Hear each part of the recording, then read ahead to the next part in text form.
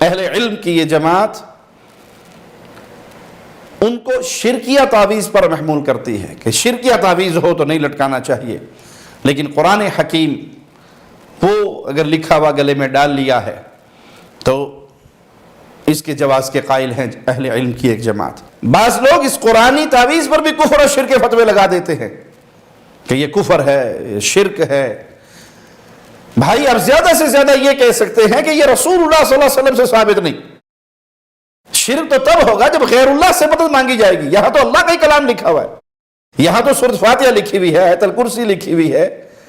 وہ ایک الگ معاملہ ہے اہل علم کے اختلاف کا کہ یہ لکھ کے لٹکانا یہ جائز ہے یا نہیں، لیکن یہاں جہالت کی بنیاد پہ سختی نہ کیجئے کہ آپ اس پہ کفر کا فتویٰ لگائیں اور اس کو کافر قرار دے دیں اور اس کو مشرک قرار دے دیں، کیونکہ یہاں تو غیر اللہ کی مدد ہے ہی نہیں، اس سے پکار ہے ہی نہیں، اللہ کا کلام ہی لکھا ہوا ہے۔ اللہ کا کلام اللہ کی صفت ہے، اسی کے ذریعے اللہ سے مدد مانگی جا رہی ہے۔ اور دوسرا قول یہ ہے کہ یہ قرآنی تعویذ بھی لٹکانا جائز نہیں، اور یہ قول ہے سیدنا عبداللہ ابن مسعود اور سیدنا ابن عباس رضوان اللہ علیہم اجمعین کا، اور یہی قول سیدنا حذیفہ، عقبہ بن عامر، ان کا بھی یہی قول ہے، اور تابعین کی ایک بہت بڑی جماعت یہی قول بیان کرتی ہے۔ اور ان کی دلیل یہ ہے، ابن مسعود فرماتے ہیں کہ رسول اللہ صلی اللہ علیہ وسلم کو میں نے فرماتے ہوئے سنا، ان الرقا والتمائم والتیولۃ شرک، بلا شبہ جھاڑ پھونک، تعویذ گنڈے اور تیولہ یہ شرک ہے۔ اور یہ روایت مسند احمد میں، ابو داؤد میں، ابن ماجہ میں ہے۔ تیولہ یہ ایک جادو کا عمل ہے جس کے ذریعے جادو کرنے والا، کروانے والا، اس کا یہ گمان ہوتا ہے کہ اس کی وجہ سے بیوی شوہر کے نزدیک محبوب ہو جائے گی یا شوہر بیوی کی نظر میں محبوب ہو جائے گا۔ یہ محبت کا تعویذ ہے، یہ محبت کا جادوئی عمل ہے۔ شیخ صالح الفوزان حفظہ اللہ فرماتے ہیں کہ یہ جو دوسرا قول ہے اہل علم کی دوسری جماعت کا کہ قرآنی تعویذ لٹکانا بھی جائز نہیں، یہ تین وجوہات کی بنا پر ہمارے نزدیک یہ قول صحیح ہے۔ اس کی پہلی وجہ کہ تعویذات لٹکانے سے عمومی طور پر منع کیا گیا ہے، اور اس عموم کو خاص کرنے والی کوئی دلیل موجود نہیں۔ اور دوسری بات، یہ ممانعت شرک کے ذرائع کا سد باب کرنے کے لیے مفید ہے، جبکہ تعویذ لٹکانے کے جواز کا فتویٰ ایسے شرکیہ تعویذات لٹکانے کا سبب بنتا ہے جن کا استعمال جائز نہیں۔ تیسری بات، جب قرآنی آیتوں کو تعویذ بنا کر لٹکایا جائے تو لٹکانے والا ضرور اس کی بے حرمتی کا ارتکاب کرتا ہے، شعوری یا لاشعوری طور پر، کیونکہ وہ تعویذ پہنا ہوا ہے اور قضاء حاجت کے لیے جاتا ہے، استنجے کے لیے جاتا ہے تو یہ اس کے ساتھ ہوتا ہے، جنبی حالت میں ہے تب بھی اس کے جسم کے ساتھ بندھا ہوا ہے، تو اس میں قرآن پاک کی آیات کی توہین کا ایک پہلو نکلتا ہے۔ اہل علم کی دونوں جماعتوں کی اقوال آپ کے سامنے رکھے، لیکن یہاں پر قرآنی تعویذ پر کفر اور شرک کا فتوے لگانے والوں کو رکنا چاہیے۔ جائز ناجائز، افضل کیا ہے، بہتر کیا ہے، یہ ایک الگ معاملہ ہے، لیکن آپ ہر اس شخص کو کافر قرار دے دے اور مشرک قرار دے دے جس نے سورۃ فاتحہ لکھ کر دے دی ہے یا آیت الکرسی لکھ کر دے دی ہے، تو یہ فتویٰ درست نہیں ہے۔ تعویذات میں دوسری قسم ان تعویذوں کی ہے جو قرآن حکیم کے علاوہ دوسری چیزوں کے ہیں، کوئی من کے، کوئی سیپیاں، کوئی گھونگے، کوئی دھاگے، کوئی جوتیاں، کوئی کالے کپڑے، کوئی ہاتھوں کے اندر کڑے، کوئی جنات کے نام کے، کوئی پیروں کے مزارات میں سے خاص بیماریوں کے لیے، یہ سراسر حرام اور شرک ہے، کیونکہ آپ مدد کس سے مانگ رہے ہیں؟ دھات سے، پیتل سے، فیروزہ پتھر سے، کسی کڑے اور چھلے سے، کسی کالے دھاگے سے، کسی کالے کپڑے سے۔ آپ نے اللہ سے نہیں مانگی، نہ قرآن حکیم کے ذریعے مدد مانگی، نہ اللہ کے پیارے اسماء کے ذریعے، بلکہ آپ نے اپنا رشتہ جوڑا ہے تو وہ غیر اللہ کے ساتھ جوڑا ہے۔ اور پیارے نبی صلی اللہ علیہ وسلم کا فرمان ہے، جامع ترمذی میں موجود ہے یہ روایت، من تعلق شیئا وکل الیہ، جس نے کوئی چیز لٹکائی وہ اسی کے حوالے کر دیا گیا، اسی کے سپرد کر دیا گیا، یعنی اللہ اس کو اس کے حوالے کر دیتا ہے جس سے اس نے اپنا تعلق جوڑا ہے۔ لہذا جو شخص اللہ سے لو لگاتا ہے اور اللہ پر بھروسہ کرتا ہے، اللہ سے امیدیں لگاتا ہے، توکل کرنے والا بن جاتا ہے، تو اللہ اس کے معاملات کو آسان فرما دیتا ہے اور خود اس کے لیے کافی ہو جاتا ہے، ہر مشکل کو، ہر دور کو اس کے لیے آسان کر دیتا ہے۔ اور جو اللہ کو چھوڑ کر اپنا رشتہ مخلوقات سے جوڑتا ہے، تعویذ گنڈوں سے جوڑتا ہے، مزارات اور قبروں سے اپنا سہارا لیتا ہے اور ان سے اپنا تعلق جوڑتا ہے، پھر اللہ انہیں اسی کے سپرد کر دیتا ہے۔ اور سب سے بڑا نقصان یہ ہوتا ہے کہ انسان اپنا عقیدہ برباد کر بیٹھتا ہے، انسان کا اللہ کے ساتھ تعلق ٹوٹ جاتا ہے اور اللہ اس کا ساتھ چھوڑ دیتا ہے۔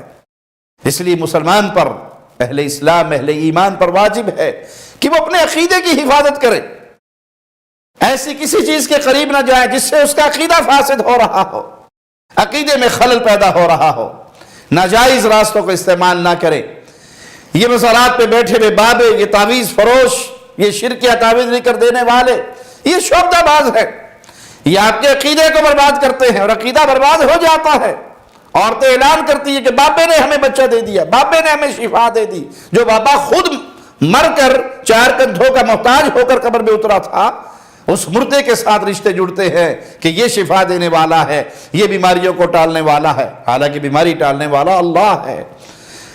اللہ کی طرف سے آزمائش آتی ہے تو اللہ ہی اس کو ٹالتا ہے، اور پھر اس کے ساتھ انسان وہم کی بیماری میں مبتلا ہو جاتا ہے، خوف لاحق ہو جاتا ہے۔ دیکھیے بچہ ماں کے پیٹ میں ہے 9 مہینے تک، بالکل ٹھیک ٹھاک ہے، اللہ اس کا والی وارث ہے، اس کا رازق ہے، اور جو ہی باہر آتا ہے فوراً اس کے گلے میں کالے دھاگے ڈال دیں گے، پاؤں میں امام زامن باندھ دیں گے، کہیں کچھ کر دیں گے، جی نظر نہ لگ جائے، فلاں نہ ہو جائے۔ بھائی نظر نہ لگ جائے تو اس کا دم کیجئے، قرآن پاک کی آیات پڑھیے۔ اللہ کے نبی صلی اللہ علیہ وسلم سیدنا حسن و حسین کو نظر بد سے بچنے کے لیے دم کرتے تھے، آپ بھی دم کیجئے، شرعی اسباب اختیار کیجئے، غیر شرعی راستے پہ چل کر اپنے عقیدے کی خرابی کر کے اور شرک کے دلدل کے اندر نہ گریے، کیونکہ عقیدہ بڑا عظیم ہے، اس کی بنیاد پر قیامت کے دن رب کی جنت یا جہنم کے فیصلے ہونے ہیں۔ موحد اللہ کی جنت میں اور مشرک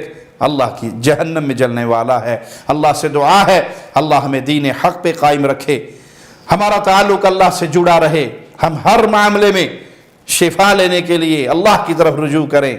ابن قیم رحمہ اللہ کا بڑا پیارا قول ہے کہ قرآن شفا ہے، اور جس کو قرآن سے شفا نہیں ملی پھر اسے کہیں بھی شفا نہیں ہے۔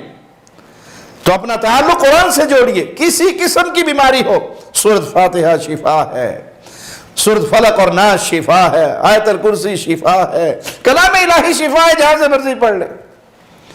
سورۃ مومنون کی آخری 4 آیات پڑھ لیں، افحسبتم انما خلقناکم عبثا وانکم الینا لا ترجعون، یہ 4 آیات پڑھ لیں آخری سورت کی، آپ کے لیے شفا ہی شفا ہے۔